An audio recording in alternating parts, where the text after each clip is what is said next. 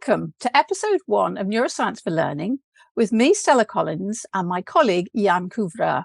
Hi, Jaan. Good morning. Let's start by finding out how our brains learn. You sometimes hear people say that we're like sponges, that we can soak up information, but sadly, that's not the case.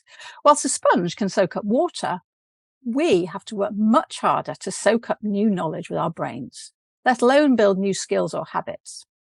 So I'm going to invite you to build a brain, and I'd like you to join in because physically doing things actually helps you learn better.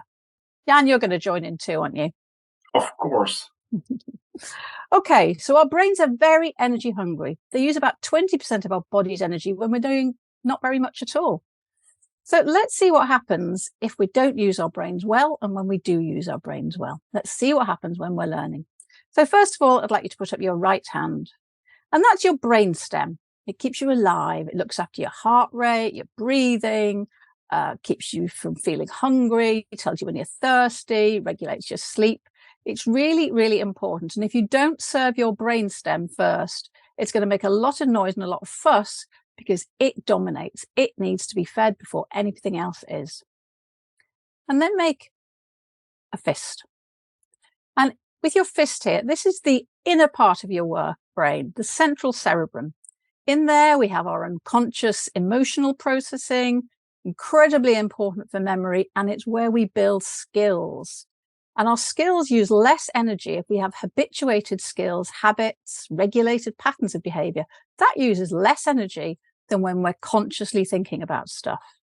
If you put your other hand over the top now, that then becomes your cerebral cortex. Now that's the pink, not grey, pink part of your brain, pink because it's full of blood.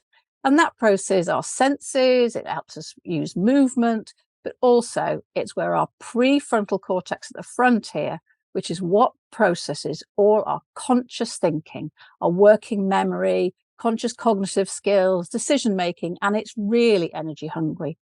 So when we're learning, what we're trying to do is take things from our energy hungry, conscious prefrontal cortex and put them down into the cerebrum down here where we have unconscious processing.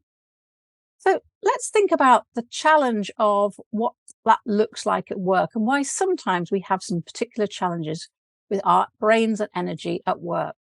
Jaan, can you tell us a bit about the context of that, context of learning at work? Of course, would be happy to. Well, in the professional context, we do have a challenge. And the challenge is, and that has been proven by research, lots of figures, lots of data, only 15% of all learners actually apply what they have learned in their professional day-to-day. And that makes learning investments, time and money very, very inefficient. Why inefficient? Because in a professional context, it's all about doing. Of course, you need the knowledge, you need the skills to be able to do all those things, but you actually need to do it.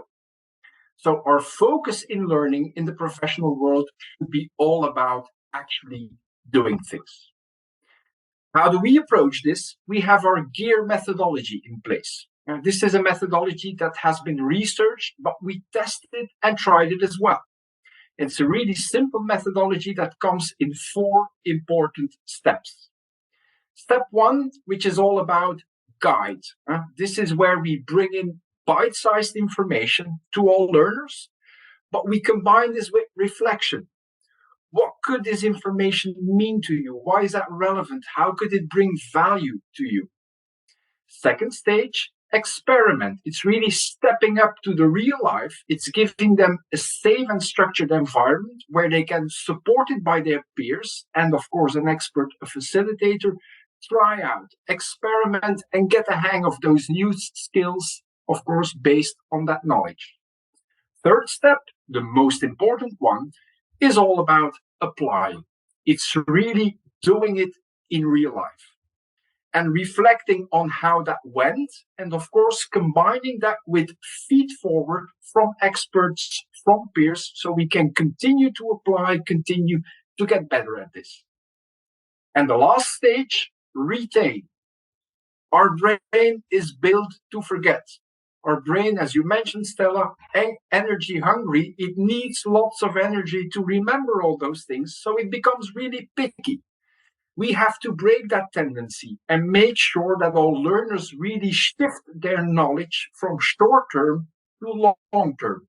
And by spaced repetition and spaced practice on the right level of difficulty, we can make this happen. And this is our approach to making sure that learning actually leads to transfer, and we keep our learners motivated throughout the full process.